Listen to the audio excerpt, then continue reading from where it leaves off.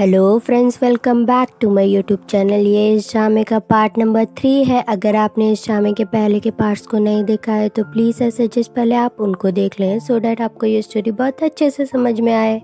पिछले पार्ट में हमने देखा था कि मिसाकी को पता चलता है कि चियाकी की ऑलरेडी गर्लफ्रेंड है। ये सब सोच सोच कर उसका तो दिमाग खराब हो रहा होता है। चियाकी के लिए ही वो यहाँ तक आई होती है, मगर अब उसे पता लग गया होता है कि चियाकी की ऑलरेडी गर्लफ्रेंड है, तो वो डिसाइड कर लेती है कि अब वो उन दोनों के बीच में नहीं आएगी। बहुत उदास मूड से मिसाकी रेस्टोरेंट पहुँचती है तो कानाता उससे बोलता है कि तुम इतनी ज़्यादा लेट कैसे हो गई।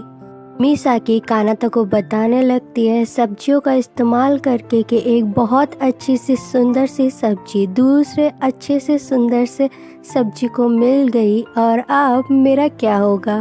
कानाता को कुछ भी समझ में नहीं आ रहा होता है। वैसे ही चियाकी और उसकी फ्रेंड वहाँ पर पहुँच जाती है। मिसाकी ये देखकर अपने आप को छुपाने लगती है। कानाता उससे बोलता है तुम टेबल के नीचे क्या कर रही हो, बाहर निकलो, देखो चियाकी आया है। यहाँ पर चियाकी जब मिसाकी को देखता है तो वो भी यही पूछता है कि तुम टेबल के नीचे क्या कर रही थी।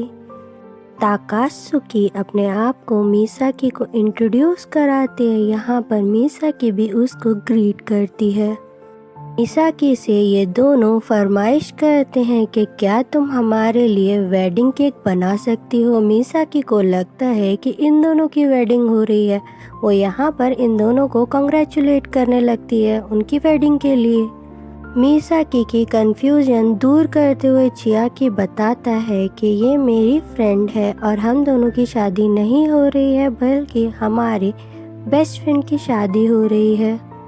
मिसाकी ये सुन के शॉक हो जाती है और बहुत ज़्यादा रिलैक्स फील करती है क्योंकि अब उसका रास्ता क्लियर होता है।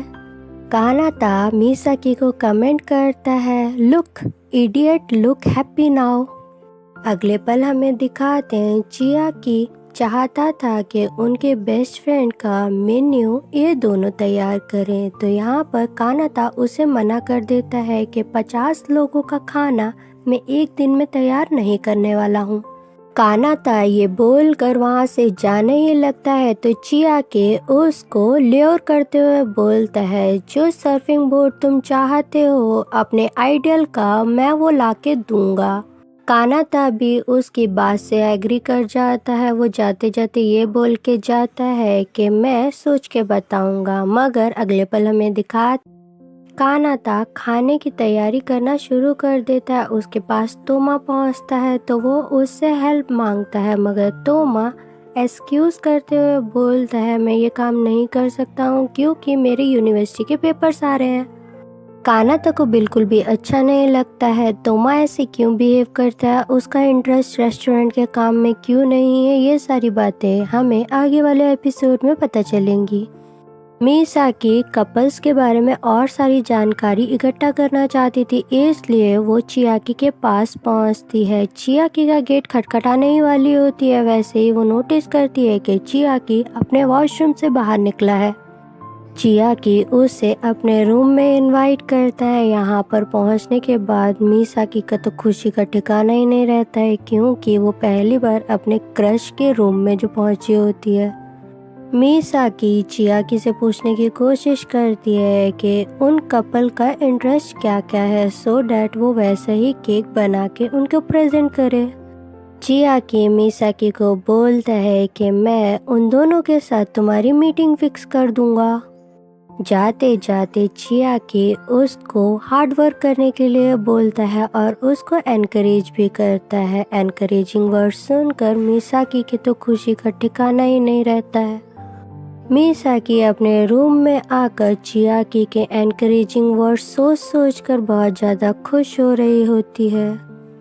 मिसाकी कपल से मिलने पहुंची होती है। वो यहाँ पर जानना चाहती थी कि उनका रिलेशन कब स्टार्ट हुआ। वो लोग फोटो का एक पूरा बंडल उसको पकड़ा देते हैं। यहाँ पर मिसाकी फ़ोटो देखते देखते वो फ़ोटो भी देख लेती है जिसमें चियाकी और ताकात्सुकी साथ में होते हैं। वो इन दोनों का रिलेशनशिप के बारे में जानना चाहती थी, इसलिए वो पूछने लगती है कि ये दोनों फ्रेंड्स हैं। वो बताते हैं नहीं नहीं, ये फ्रेंड्स के आगे हैं। मिसाकी को पता चलता है कि चियाकी और ताकात्सुकी एक टाइम गर्लफ्रेंड बॉयफ्रेंड भी रह चुके हैं। अपना करियर बनाने के लिए ही ताकात्सुकी ने चियाकी से ब्रेकअप किया था। ये सब जानकर मिसाकी बहुत ज़्यादा शॉक हो जाती है। अगले पल हमें दिखाते हैं मिसाकी ये सारी बातें सोच सोच कर बहुत ज़्यादा परेशान हो रही होती है। तब तक उसके पास तोमा पहुंचता है।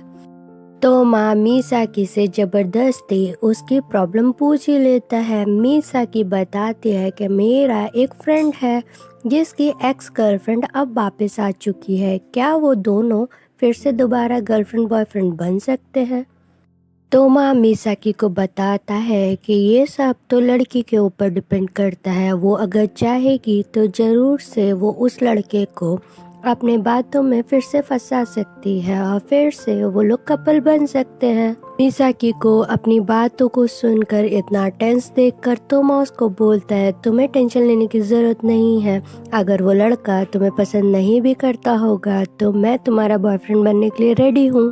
तोमा की ऐसी बातें सुनकर मिसाकी शॉक हो जाती है और वो सोचती है कि तोमा मजाक करके गया है। घर आने के बाद भी मिसाकी का किसी भी काम में मन नहीं लग रहा होता है। अचानक से उसका डोर खुलता है। कानाता अचानक से उसके रूम में एंट्री लेता है।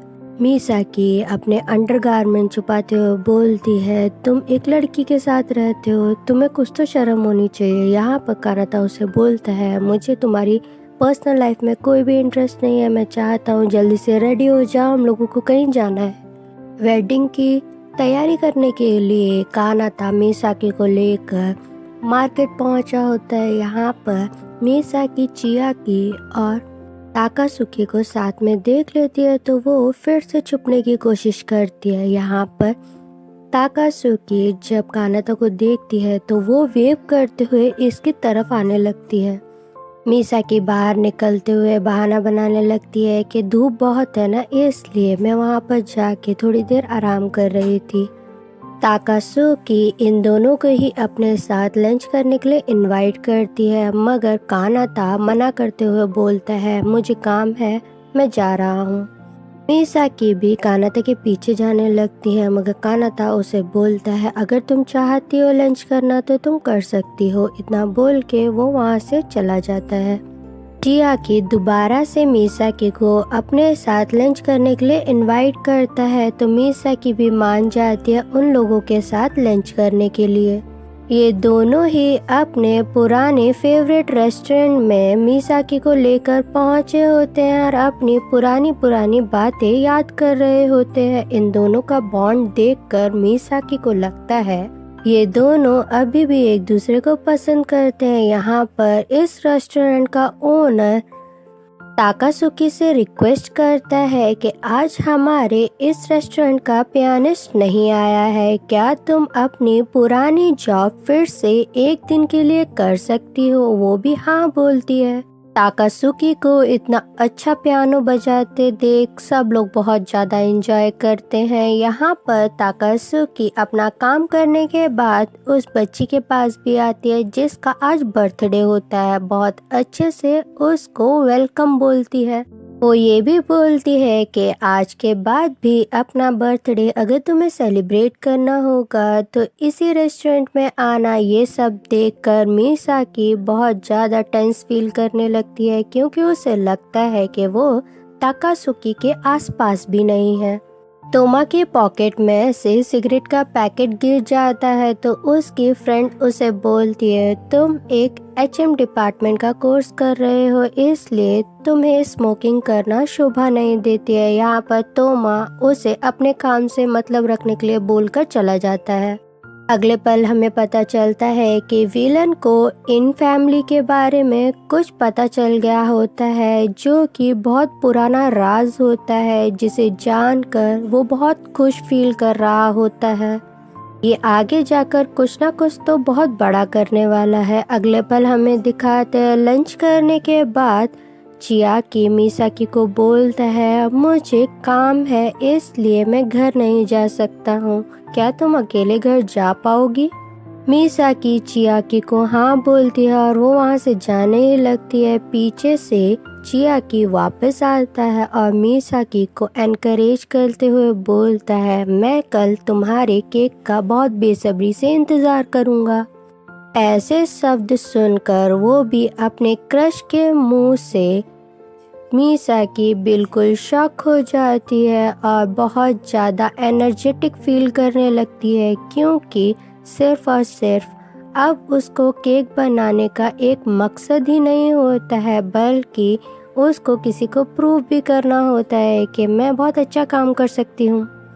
मिसाकी बहुत खुशी खुशी रेस्टोरेंट पहुंची होती है तो कानाता बोलता है, इतना लेट क्यों हो गई? कानाता को रिप्लाई देते हुए बोलती है, मैं बहुत ज़्यादा बिजी हूँ, मैं बहुत जल्दी अब केक बनाने की कोशिश करूँगी। इन दोनों को ही दिखाते हैं, ये दोनों बहुत हार्ड वर्क करते हैं और बहुत जल्दी अपना काम निपटाने की कोशिश करते हैं। एक वक्त आता है जब मिसाकी को लगता है कि कानाता इतना सारा काम नहीं कर पाएगा। वो पूछती है कि तुमने 50 लोगों के लिए कितनी सारी डिशेस बनाने का सोचा है? कानाता 10 डिशेस बोलता है तो मिसाकी बोलती है, तुम कर तो पाओगे ना? और ये दोनों फिर से अपने अपने काम पर लग जाते हैं। वहीं दूसरी तरफ हमें दिखाते हैं तोमो को कोई भी मतलब नहीं होता है, वो अपनी लाइफ बहुत अच्छे से एंजॉय कर रहा होता है। मिसाकी का केक बनके रेडी हो चुका होता है। जैसे ही वो घड़ी की तरफ देखती है तो रात के 2 बज चुके होते हैं। वहीं दिखाते हैं कि कानाता का अभी का काम खत्म नहीं हुआ होता है।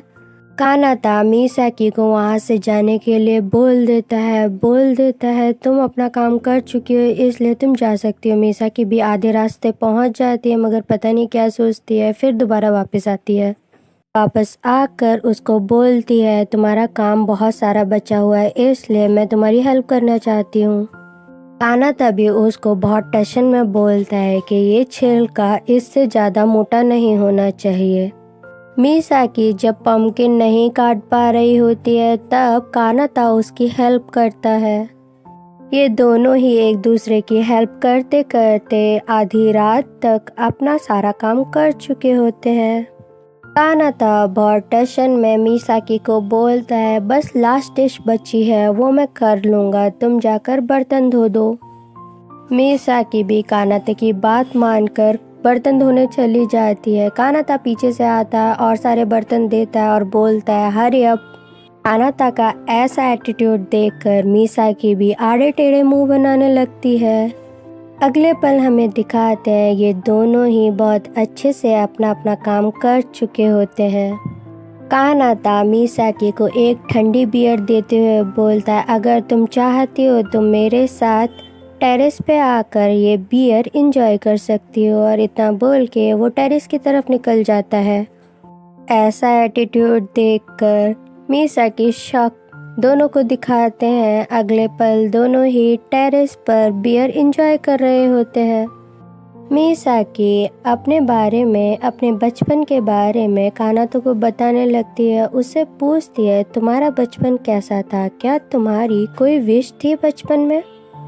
मिसाकी उसे बोलती है, इतना सारा हार्डवर्क करने के बाद मेरी बस एक ही विश हुआ करती थी बचपन से लेकर आज तक, के कोई ना कोई मुझे हार्डवर्क करने के बाद ये बोले कि तुमने बहुत अच्छे से काम किया है। कानातो को बताते बताते मिसाकी ये भी बोलती है कि और लड़कियों को सुनना ये पसंद होता है कि मैं बहुत खूबसूरत हूँ, तुम बहुत अच्छी लगती हो, तुम्हारी आंखें बहुत बड़ी बड़ी हैं और तुम बहुत क्यूट हो।